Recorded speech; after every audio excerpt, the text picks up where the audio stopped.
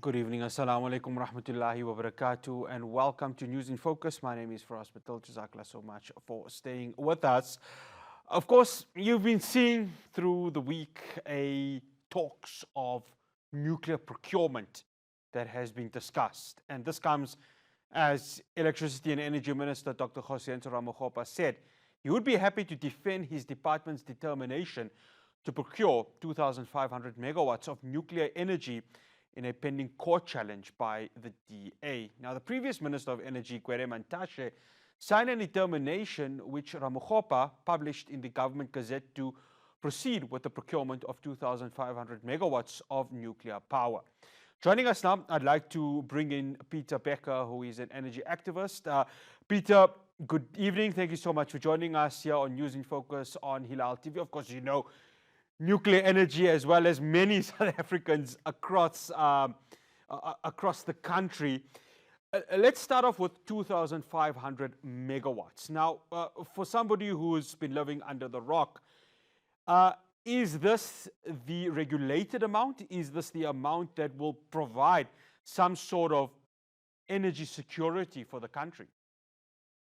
Well, no, not at all. Firstly, a nuclear plant takes a long time to actually manufacture and to go through all the regulatory steps as well. So it'll be very surprising, even if they went ahead, that it would be ready within 12, perhaps 15 years. The world record is, in fact, 42 years for a nuclear plant, which is still being built. So 2,500 megawatts, to also put that in context, so far, after deregulation and allowing solar panels to be put in, we have about 6.5 gigawatts so that's 6,500 megawatts of solar energy installed in the country already. So that's one issue about it. Secondly, from a purely commercial point of view, the new nuclear power is the most expensive way of generating electricity. So going this route will result in increased prices for South Africans. And often there's a very deceptive comparison that's made to say, let's look at Coburg and say such an old plant that's been paid off, has no more interest payments or refinance payments, is cheaper, and therefore we should build a new nuclear plant. But obviously that makes no sense at all. The major cost for a new nuclear plant is the capital cost and the cost of finance. And that is very expensive, especially if it's going to be Eskom raising the funds at the moment. And it means even if it's finished on time and on schedule, it is not commercially competitive with other sources of energy. Although we know when it comes to Eskom and large projects that it's normal for it to be about 3 times the cost that was predicted and 3 times the time to build. Now, Peter, I want to bring in Coburg because there's an old plant, you mentioned it, but it's a plant that could be facilitated. Now, talk to us about that, because is that sort of the one station that has been just turned a blind eye on with regards to that? Talk to us about that, please. Yeah, well, I mean, Coburg is a good case study in terms especially of cost and time to do the jobs. So Eskom has embarked upon a program to refurbish the plant. It comes to its end of its design lifetime this month, actually, which is 40 years. And they've been working on trying to refurbish it to bring it up to a standard where they believe they will get permission to run it for another 20 years. However, the initial estimates, it would take 5 months to complete that upgrade per reactor unit. At the moment, we're on 18 months per reactor unit. Eskom continues to hide from the public what it's actually costing. And in fact, they are quite deceptive about it when asked even by parliamentary committees, where they repeat the budget from 2010, which was 20 billion rand. So we know that inflation since then has tripled, and we know that, which makes it about 70 billion rand. And we also know that the cost overruns are often 3 times what predicted. So we don't know. It could be 70 billion rand, it could be 210 billion rand that they are spending on it, and it's taking far, far longer than expected. And if we look at energy availability factor, which means the percentage of the time that a plant is actually delivering energy, Coburg itself has been delivering about 50% over the last couple of years and for the foreseeable future as well, because 1 unit has been down the whole time.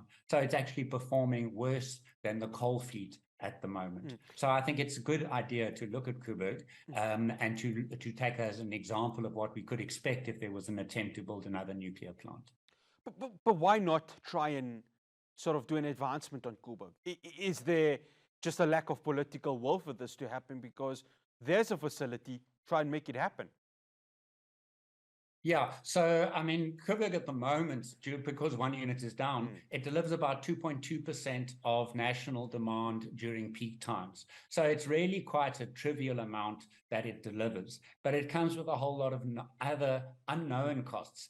And there's a particular issue around intergenerational ethics, which means how do we quantify the burden that we're putting on future generations when we're generating nuclear waste, which is going to be dangerous for thousands of years, if not 100,000 of years. So there's going to be a certain burden on future generations, maybe hundreds of future generations, to take care of that waste. So that is something that is generally not put into the costing. And when you compare that to other forms of energy, that kind of consideration is completely absent.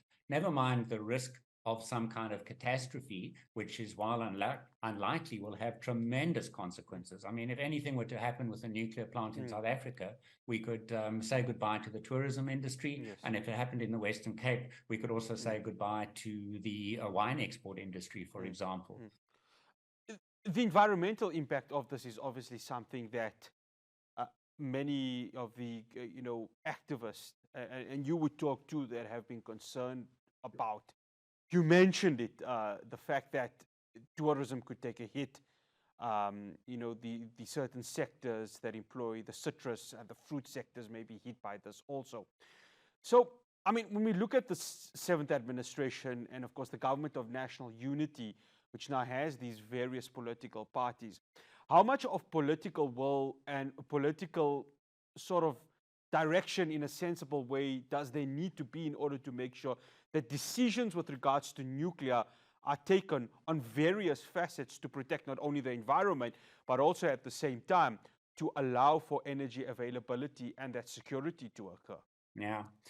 So the important part about nuclear safety is obviously the regulatory environment. So we need to have a very strong and independent regulator, and that should be making decisions that fulfill the mandate of protecting the public and protecting the environment. Unfortunately, there are a lot of question marks over the independence of our current regulator. I was actually on the board of that regulator. Yes. I was appointed by Minister Mantashe and then dismissed because I was calling into question the desirability of nuclear power. And in fact, the minister made a statement in public saying, if you're on the board and you resist nuclear and you don't advocate for nuclear, in fact, then I will fire you.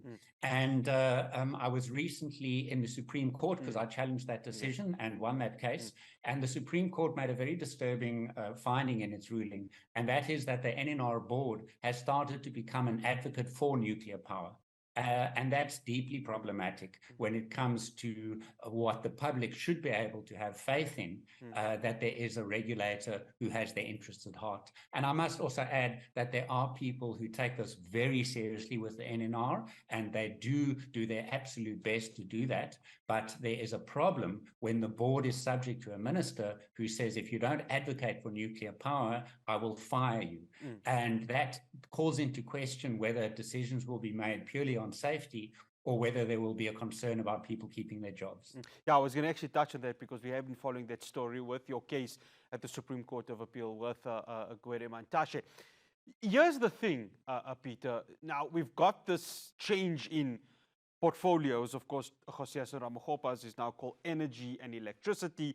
And of course, Gwede Mantashe is now Minister of Mineral Resources and Petroleum. The seventh administration, I mean, they're going to have to make the right decisions, don't they? We've got over 100 days of load shedding. Things are looking okay from that perspective. But of course, we know, winter periods, and you would know well because the Western Cape is being hit hard by, these inclement conditions.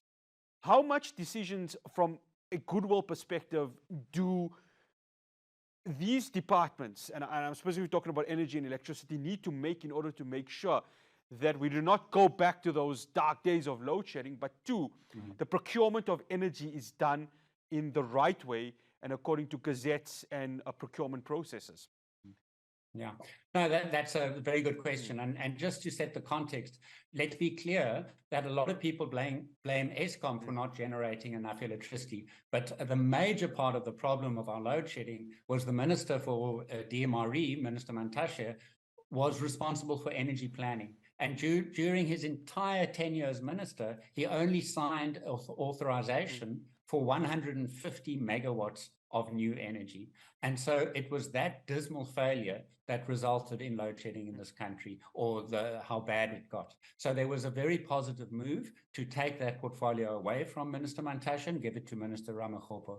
And he has made some excellent statements about aggressively following up on renewable energy. Yes. And that is what we needed. And Minister Mantashe appeared to not have been able to get his head around the fact that renewable energy is the future. This is the way the world is going. It is practical. And when we're looking at new builds, obviously we can't switch to 100% renewable tomorrow, but when we're looking at what aspect of technology to develop, we should be looking at renewable energy. On the other hand, Minister Ramokgopa also made this announcement about this 2,500 megawatts. Yes. So let's firstly put that into context in terms of the integrated resource plan for the country. It does not say we should have 2,500 megawatts of nuclear power. It says we should commence preparations for it in case it's needed in the next round of planning. So that next round of planning is due now, and it makes no sense to go ahead with a procurement until we actually know that we need it. And there's an interesting article I found from about 5 years ago, I think, and it was called Walking the Dog.